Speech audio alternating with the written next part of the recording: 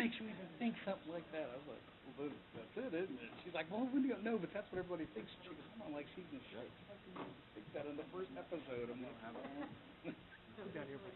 I guess I should write it. Hey, everybody should know, because you weren't here, Steve was 15 minutes early. I mean, he let us know. Okay, all right. Just making sure. I was pretty impressed with it. All right.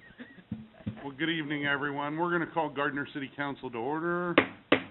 Invite everybody in attendance to stand and join us in the Pledge of Allegiance. I pledge allegiance to the flag of the United States of America and to the republic for which it stands, one nation, under God, indivisible, with liberty and justice for all.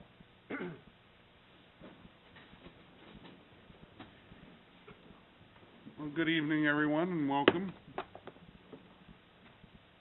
We've got no public hearings this evening. We have no presentations. First item on the agenda that we will address is public comments.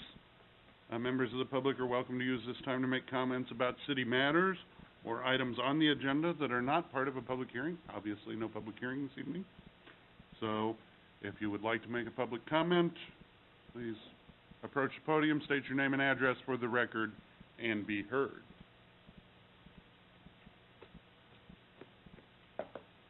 With no one coming forward, we're going to move on to the consent agenda. Is there a council member that would like to remove an item from the consent agenda? If not, I would entertain a motion. So moved. Second. Motion Shute, second Melton, that we approve the consent agenda. All those in favor indicate by saying aye. Aye. All opposed? Any abstention? Consent agenda passes. Next item is committee recommendations. Committee item number 1, consider adopting an ordinance approving the revised preliminary development for CVS Pharmacy located northwest of the intersection of Center and Main. Larry, good evening. Good evening, Mayor. Good evening, Council. What we have tonight for you is the consider the adoption of an ordinance of the revised preliminary development plan for CVS Pharmacy. The reason that we're going through this process at this time is earlier in the year, as you may recall, we did do a preliminary and a final for this project. In the process of that development, we had some information come about that found that the plat that was discovered during this process didn't quite match up with the legal descriptions that were being used by the title company that prepared the documents for the CVS folks. As a result of that, we had to go back through and do a revised preliminary plat because the city actually has additional right-of-way along Center Street and along Main Street that showed up due to the plat that was discovered. So based on that, we went back through the planning process again. They reviewed that information for you. Do we have that map up, please? They approved the new, approved the revised plat. Quickly, the main changes that I'll go over with you on this, we only have 2 slides for you tonight, is that the Center Street easement to the right, which if you'll see the dark wavy line, that's a proposed retaining wall, is in the right-of-way of Center Street, and because it's in the right-of-way, we will develop a right-of-way agreement that will come to you at a future time, and it will be a separate document. And also because there is an alley that was in the plat that was part of the revised plat, it would be underneath the middle of the building. We will go through some type of vacation agreement with them at some point in the future, either a vacation brought to you by the property owners, or we will do that based on a plat at the final plat, whichever is most simple at the time. The building itself shifted a little bit to the west and a little bit to the north, and the property parking lot shifted to the west a little bit. Other than that, the basic outline of the property and all of the items on there as far as parking is concerned and the building itself are the same. The next slide basically is just a review of the building, of facades as proposed. They have been previously agreed to, and all the colors and materials and all of those things have been accepted at this point in time. So what we have before you is the revised preliminary plat, which we would like for you to consider tonight. We do have two CVS people here tonight if you have any questions for them. Okay. All right, well, hang tight. We're going to open the floor for public comments regarding committee item number 1. If there's anyone in attendance that would like to make comment regarding this item, now would be the opportunity to step to the podium and state your name and address for the record and be heard on this matter.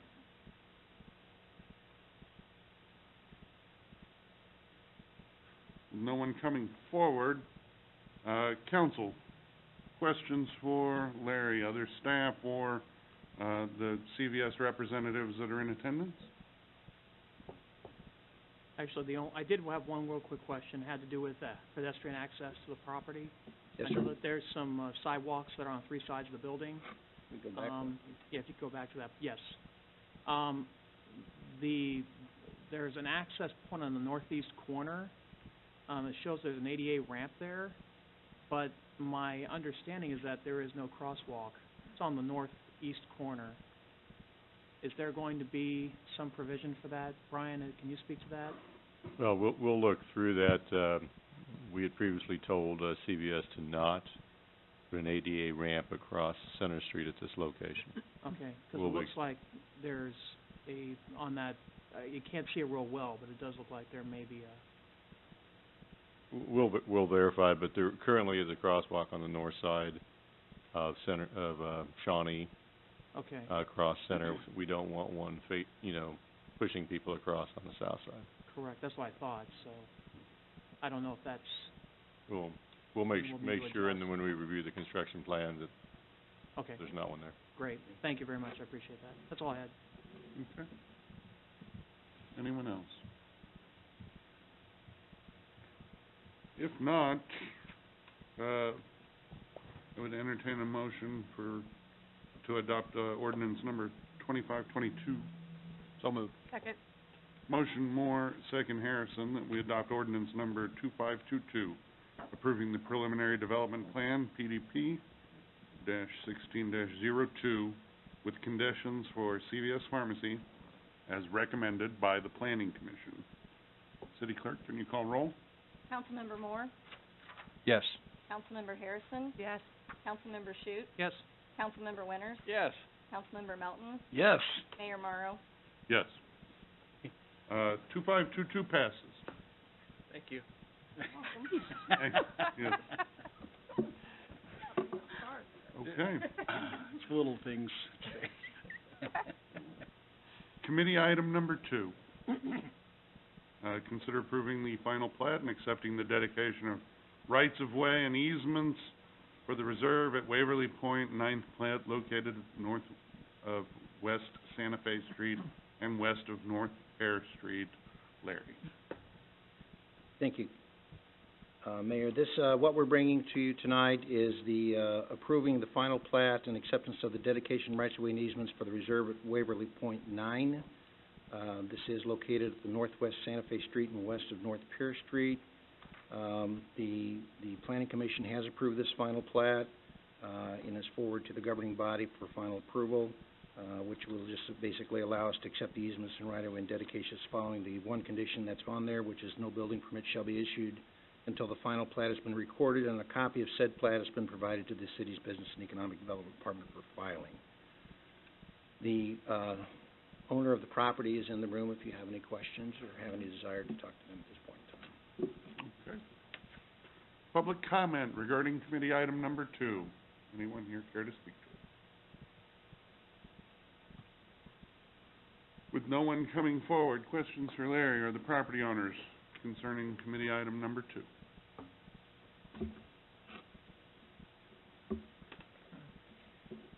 If not, I would entertain a motion. So moved. Second.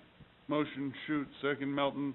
We approve the final plat of FP 1601 with conditions and accept the dedication of easements and right-of-way for the reserve at Waverly Point, 9th plat, as recommended by the Planning Commission.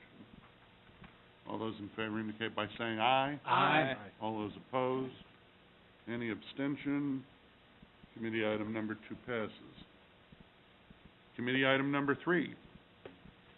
Consider adopting an ordinance approving the revised preliminary development for the reserves at Waverly Point, 10th plat, to be located southwest of the intersection of North Laurel and Jefferson Street. Larry? Thank you, sir.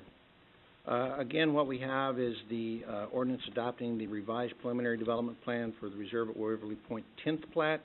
And the reason this has been revised is this is a situation in which the owner of the property originally had a sixplex design for this property.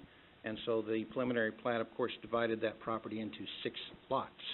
Since they changed the design to be more amenable to the current market, which is to give themselves a fourplex with additional parking, which are selling better now, they did redesign that property to be a fourplex, and of course that makes us in the plat because we have to have a matching property plat to the internal building design so that the people own not only the piece of building they buy, but the property in front and the back of it and underneath.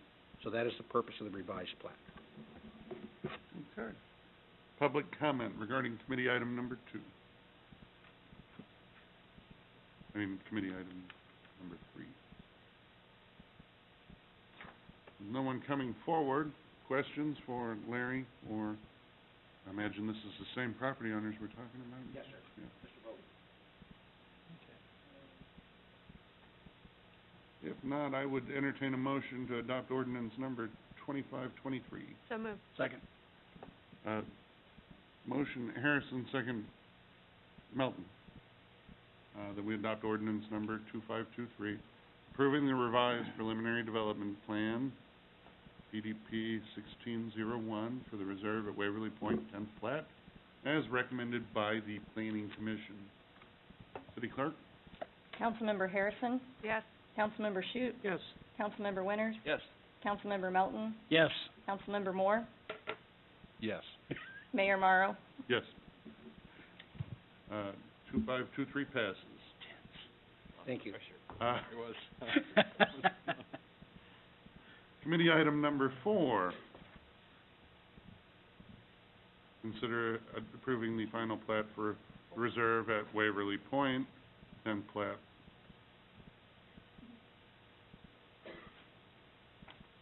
Located at the southwest of intersection North Laurel Street and Jefferson Street. Larry? Thank you, Mayor. I had to go change papers there. This is the final plat for reserve at Waverly Point for the 10th plat located at the southwest intersection North Laurel and Jefferson Street, FP-16-02. And this is actually where this is the final approval for the property based on the decision that you just made. So we'd appreciate if you would pass that. Thank you. Okay. Public comment? No one coming forward? Questions, comments? Entertain a motion to approve committee item number 4. So moved. Motion Shute, second Winters, that we approve the final plat, FP 1602, with conditions and accept the dedication of easements for the reserve at Waverly Point, 10th plat, as recommended by the Planning Commission. All those in favor indicate by saying aye. Aye. All those opposed? Any abstention? Committee recommendation number 4 passes. All right, thank you, Larry. Thank you all for coming. Can we expect some building going on out there sometime soon? Very good. Glad to hear it. New business item number 1, consider adopting a resolution determining the intent of the City of Gardner, Kansas to enter into a lease purchase agreement to finance the acquisition of land, authorizing the solicitation of bids for lease purchase financing, and evidencing the intent to finance the acquisition of land with federally tax-exempt debt. Say that 3 times fast. Laura, good evening. Good evening. That's why I wrote it instead of, so you had to say it 3 times fast. Yeah, thanks for that. You're welcome. So for the background on this, at the June 20th council meeting, you approved purchase of 15.25 acres of land at Moonlight and 167th for a site for future city facilities at a cost of $664,290. At the July 15th council meeting, you rejected a resolution to finance land using general obligation debt because it limited your flexibility for the public use of that site and future facilities. following discussion with bond counsel Ellsworth, it was determined that financing the property is best done through a lease purchase agreement, which provides the desired maximum flexibility that you wish to have for the land and any buildings constructed on it. The only limitation is that the land and buildings are used for governmental, not private use. So, as noted in the attached resolution, the lease purchase financing is conducted through an RFP process where banks or investing firms bid the interest rate, which in that way it's like our general obligation debt. They bid those for the interest rate on terms of the RFP that's created between myself, financial advisor, and bond counsel Ellsworth. So approving the resolution formally identifies the lease purchasing financing method, gives your team the authority to proceed with the RFP, and formally notifies the IRS that you intend to reimburse yourself from the lease purchase proceeds. Bond counsel Ellsworth is here if you have any further questions, or maybe something I can't answer. Okay. Public comment regarding new business item number 1. No one? Jerry? I guess not. Questions for, Laura or bond counsel? The only question I had, Laura, was, this is gonna allow us to be able to use this land for pretty much any governmental purpose, which would include potentially, park space? My understanding is the only thing you have to do is make sure it's for government use. Okay. How would this, is there any impact on our ability to resell this property at some later date, should we decide, or some other governing body decide not to move forward with any building? Well, lease purchases are subject to annual appropriation. So if you do not annually appropriate, you don't have to, but you'll be reneging to your leaseholders, and that will be probably frowned upon for future endeavors. Also, in exchange for the flexibility that you desire, you're likely to pay a higher interest rate, which is because of that very variable. It is possible that a future governing body could walk away, and therefore this is backed by the lease purchase agreement, and not the full faith and credit of the governing body like it would be, or of the city, as it would be on general obligations. So, that's your trade-off. How many points are we talking about here? I don't have an estimate of that. Lee? No estimate of the amount of, the cost difference between the general obligation versus... Down and dirty back of the napkin, the difference, now, this is not an estimate, I'll just tell you the differences. They're both competitive sales, so they're both subject to market, just like the geo that you're used to. There is going to be less cost of issuance because in a geo issue, we have to provide that official statement. That's a lot of work. We have to have a rating call that we have to pay S&P for. We have to pay for CUSIP. We pay for Attorney General review. We won't be doing any of that, but instead we'll be creating an RFP. So there'll be bond counsel's time and financial advisor's time. And in, like I said, in exchange, your interest rate is going to be higher, most likely, because you can walk away. But we're talking about $664,000 in issuance. It's not a very large... I called it $700,000 as a principal amount, and so maybe there's $20,000 difference. Hard to say, because I don't know the variables for the interest rate or whatever, or any of those others. But even if it was, if this is financed over 20 years, it's $1,000 a year for your maximum flexibility, for your taxpayers' dollars, and their maximum use of the future facilities. And we could always pay it off. Well, given the current lending environment, we're talking about I would not expect it to be, more than... it's close, you know, it's a coin flip, but... Sure. Yeah. So real quick, if we finance it under this method, we could not have a facility like the senior center there where it's rented out for other things. I think you can, Is that maximum considered flexibility. Okay, Yeah. that's considered governmental then? Yeah, Okay. yeah. The hang-up before was administrative offices. Right, okay. And so we talked, and also anything related to parks and programming, because that specifically requires a vote. Do you have anything to say that I'm...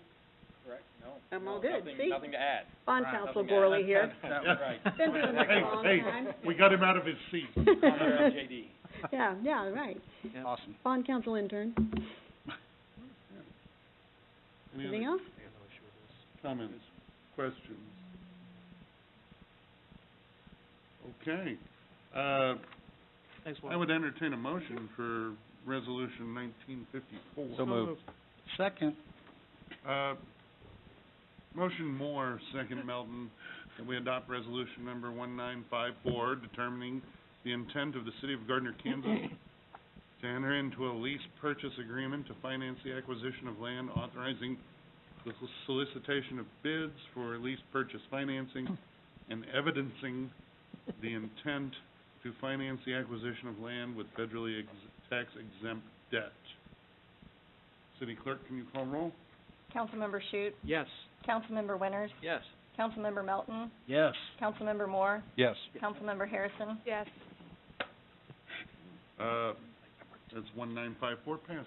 So next step, this is currently scheduled for you to award this lease purchase November 21st, which just so happens you'll also be awarding the DO debt sale that same night. Woo-hoo. So, you don't know that yet, but now you do. Fantastic. Good? All right, thank you. Okay. Cha-ching, cha-ching. Thanks for coming. Thank you. Final item on the agenda is, we've got an executive session that I understand is probably going to take Okay. 10 minutes. 15 minutes? Approximately 15 minutes. Okay.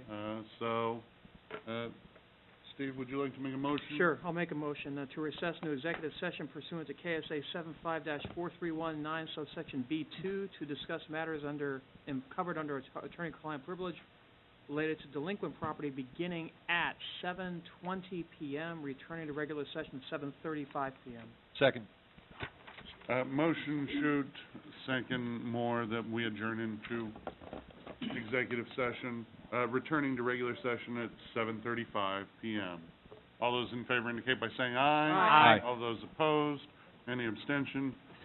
We stand in adjournment. Recess. We stand in recess.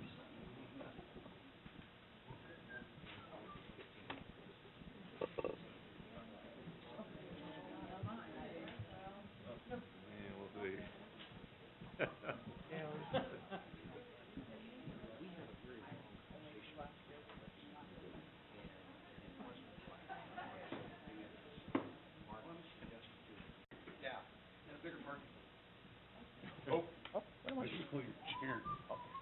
I'm sorry. Yeah, that's. Laura joined us.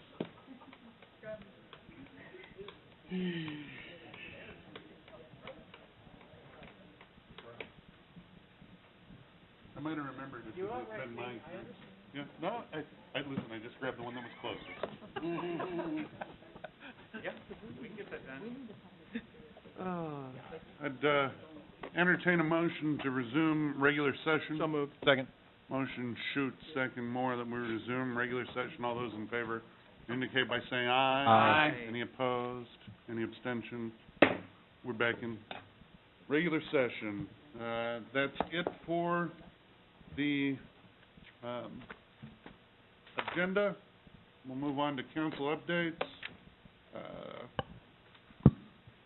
We'll start with, staff. Do you have anything for council? Chief, anything? I do not. Okay.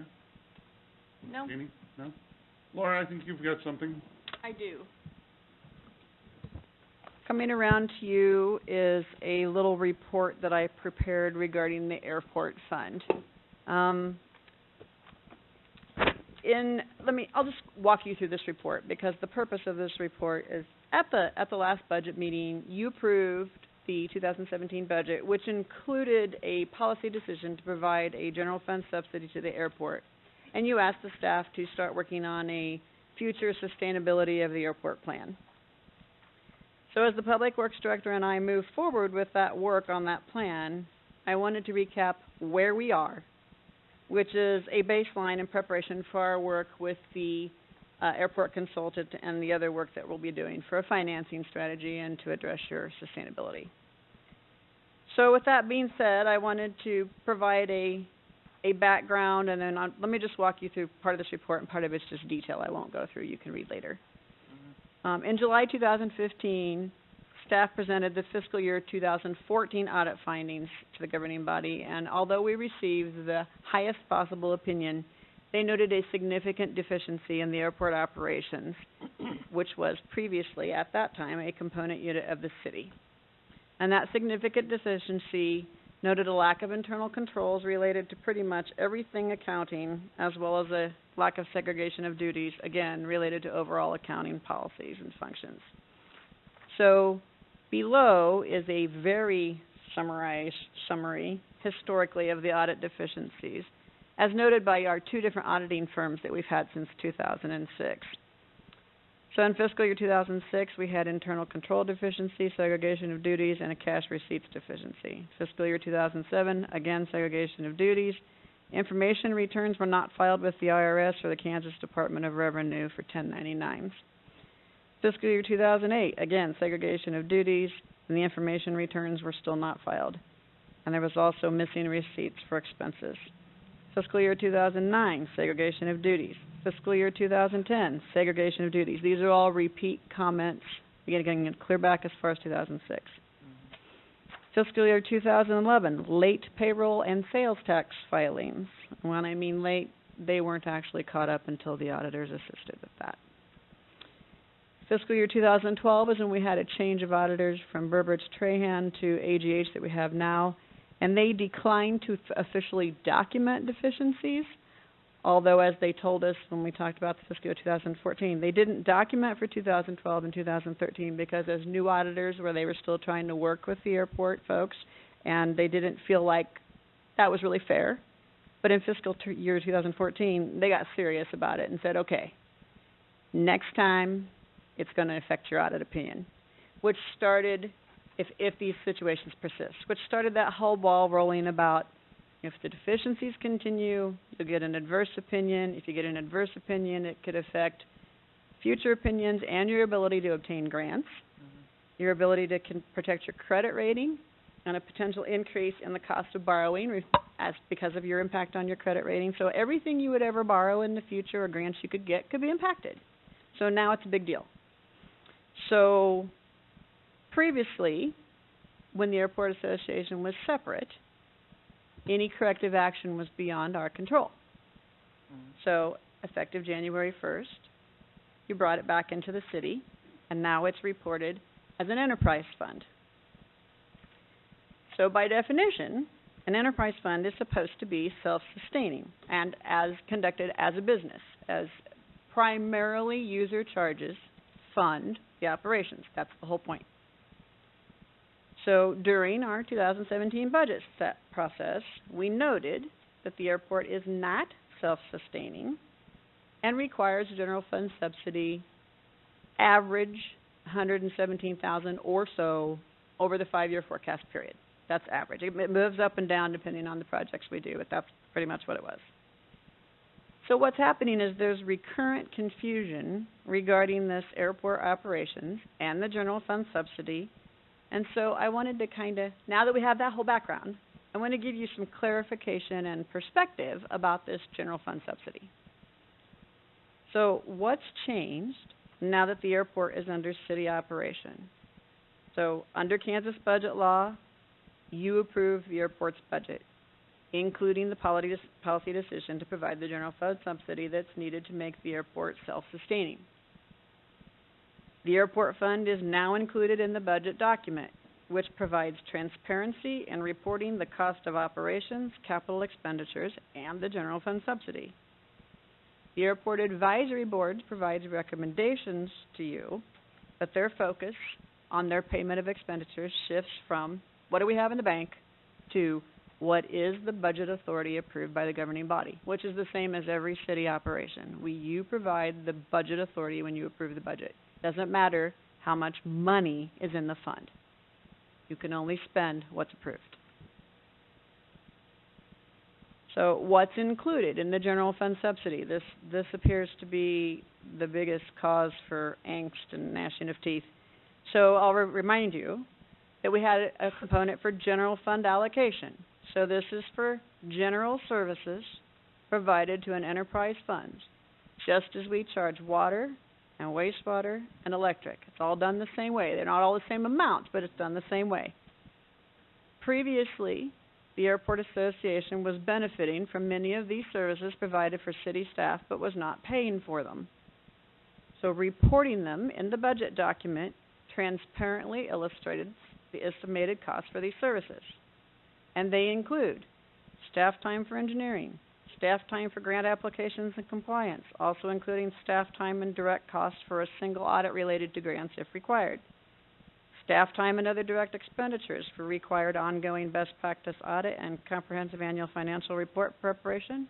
And debt administration, including making the payments, tracking the receivables, responsibility for oversight, and required reporting related to post-issuance debt compliance.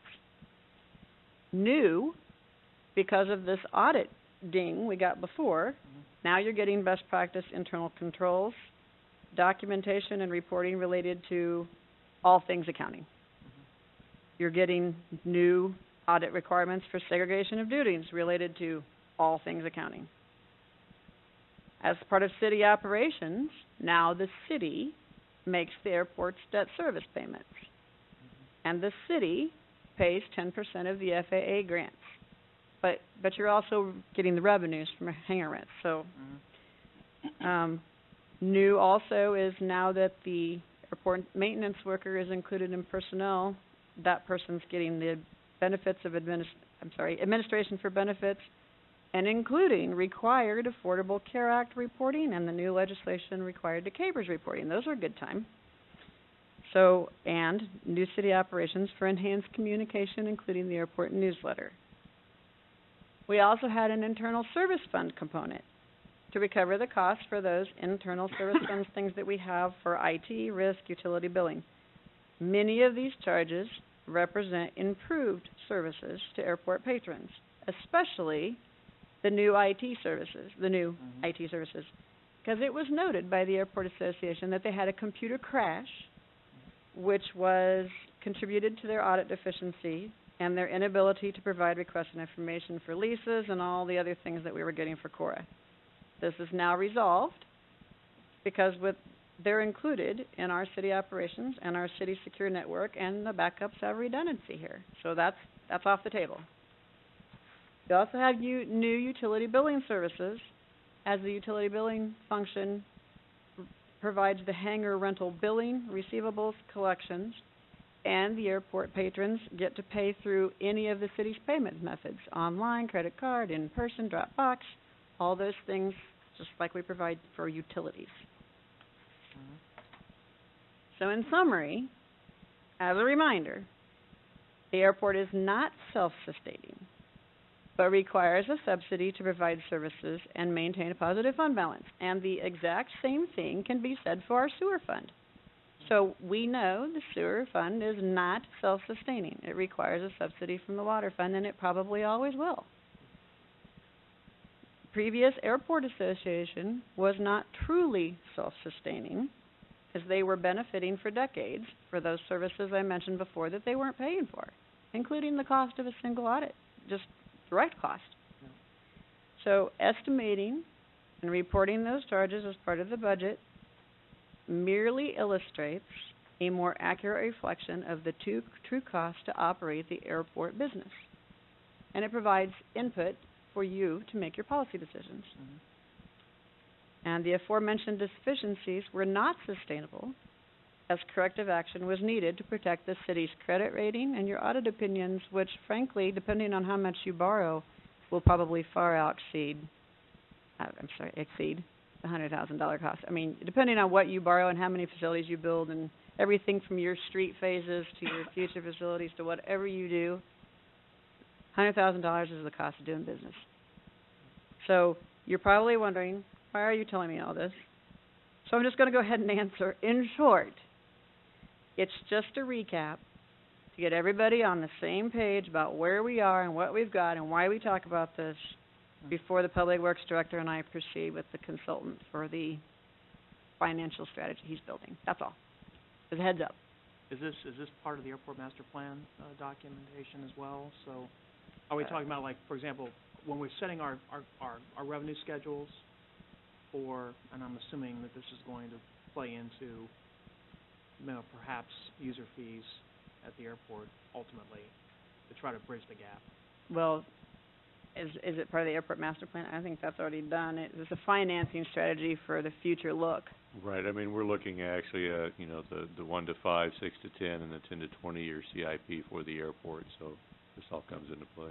So CIE, pretty much? So for clarity, yes, this number should be part of that, because the true cost of doing business at the airport has to be on the table. Now, how the governing body decides to deal with it, be it increase hangar fees, be it transfer from the general fund, is a policy decision, but we have to lay out the true cost of the deficiency. So yes. Well, and I think that some of this, Councilman Moore brought up that we should be making this we should be moving towards being self-sustaining, so that we don't have to subsidize year after year. That should be our goal. And I think that everybody on the governing body agrees with that. Right. And, So this Now. just sets the baseline. exactly. Right. And it also, what I did not go through was, in case you cared, a whole bunch of excerpts from the information that was presented since 2015 is attached to Schedule A, if you wanted to read more detail about those audit deficiencies from the past. So, that's all I had. Yeah. I'll probably read all of that, and my wife will think that there's something wrong with me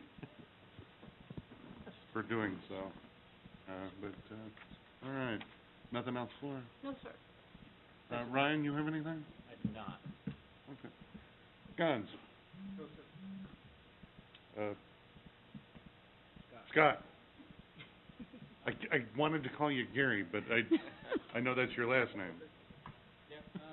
Gardner Grind was this past weekend. Oh, yeah, please. Gardner Grind was this past weekend, and it was a very good event, very well attended with registrants. We had almost 300. Council member Winters took it upon himself to do it 5 times, I think is what we counted, and we got some pictures out on Facebook. Him in action on the pedal tractors and covered in foam, so. Excellent. Fantastic. All My right. son, my 12-year-old participated in that also. I wasn't brave enough to do it myself. Except my kid. What do you think? He loved it. Thought it was awesome. I bet. We need to do another one. Yep. Larry? Just an update for you on Orchlands. We did approve their TCO today, and they're moving forward. We hope All right. they'll be open within the next 7 to 10 days. Fantastic. Brian? You may have seen some paving on Madison Street. We're hot and heavy into the 2016 program, so we finished Madison to Moonlight today, probably about 6:30 this evening we got that done. Then we'll go from Waverly to the west, so, Yeah. but it's going pretty well. Yeah. Well, my street feeds right onto Madison, but even with trucks staging on my street in some cases, honestly, it all went very smoothly, and the contractor is to be commended. So, Cheryl, you have anything? I do not. Okay. Does council have anything for staff? We'll start with Rich.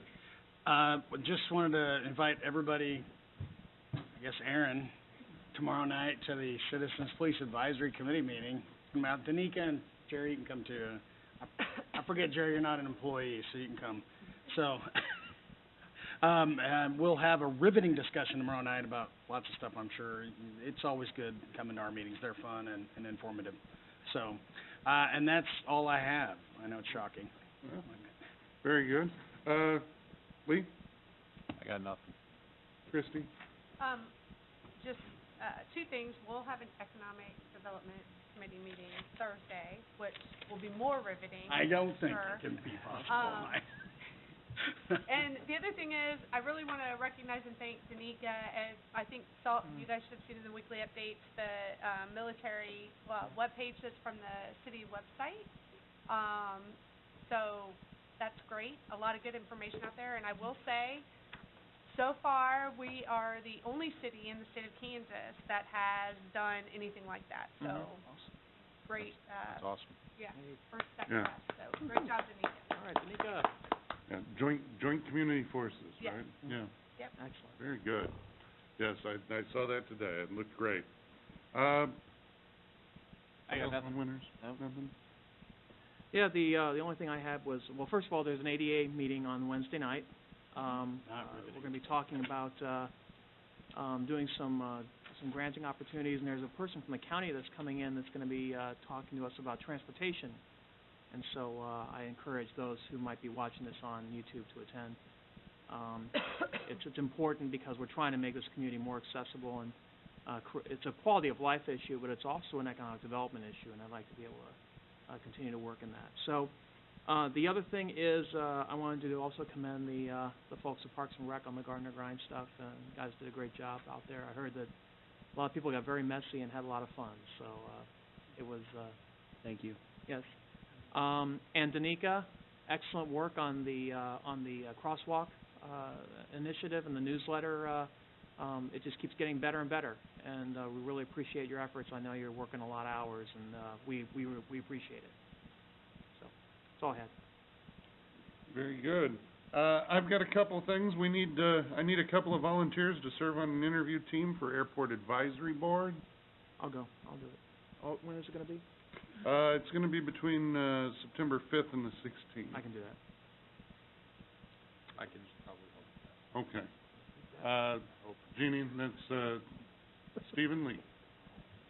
Okay? The two with the Um, worst schedule in the entire governing body. There's, I would encourage council members to make sure that you're working hard to recruit people for board positions and committee positions. I know we've got some openings.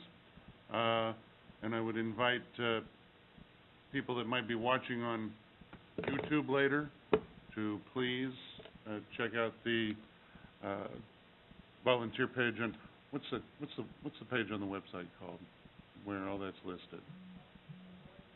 Boards and Commissions page on the website. It has all of the openings that we currently have listed. So, that's all I've got.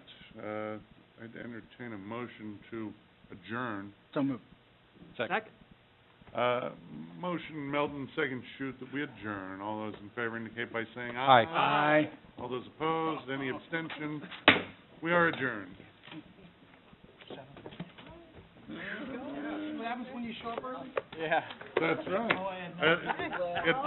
It's because you showed up early. Right, it was, Yeah. for the rest of us to get it done, see, yes. No, I thought So, There you go.